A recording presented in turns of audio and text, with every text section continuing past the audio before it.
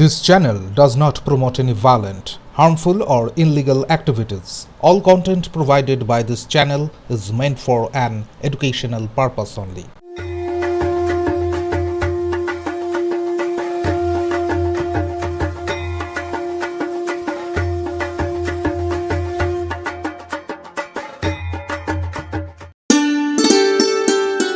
দক্ষিণ চব্বিশ পরগনার পবিত্র তীর্থস্থান গঙ্গাসাগরের শ্রীধাম সার্বজনীন দুর্গোৎসব এবছর ৪৯তম বছরে পা রেখেছে। অর্ধ শতাব্দী ধরে এই পুজো ভক্তদের মিলন ক্ষেত্র হিসেবে পরিচিত। এবারের পুজোর প্রধান আকর্ষণ হল দেবী দুর্গার ২৫টি রূপের আরাধনা। মণ্ডপে দেবীর বিভিন্ন মহিমা ও শক্তির দৃশ্য ফুটিয়ে তোলা হয়েছে, যা দর্শনার্থীদের জন্য এক অসাধারণ আধ্যাত্মিক অভিজ্ঞতা উপস্থাপন করেছে। অষ্টমীর সকালে এই অভিনব পূজা দেখতে গঙ্গাসাগরে ভক্তদের ঢল নামে। মায়ের পায়ে অঞ্জলি দেওয়া ও ২৫ রূপ চাক্ষুষ করার জন্য দর্শনার্থীদের মধ্যে ছিল তীব্র উদ্দীপনা। সত্যি কথা বলতে কি যে আমাদের এই শ্রীধাম গঙ্গাসাগর সার্বজনীন দুর্গোৎসব মানে সাগরদ্বীপের একটা আলাদা মাত্রা নিয়েছে, যে কারণে মায়ের মন্দির আমরা নতুনভাবে একটা তৈরি করেছি, সেখানে একটা সুদৃশ্য হয়েছে।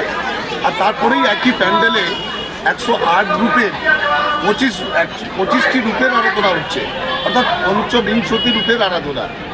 এর কারণেই সমস্ত প্রতিসাধারণ যারা আজকের এখানে উপস্থিত হয়েছেন, মানুষের ঢল নেমেছে, সেটা হচ্ছে এটাই যে একসঙ্গে প্রতিমা দর্শন এবং মাতৃ আরাধনা, যেটা ব্রত পালন অষ্টমী, সেটাও করছে।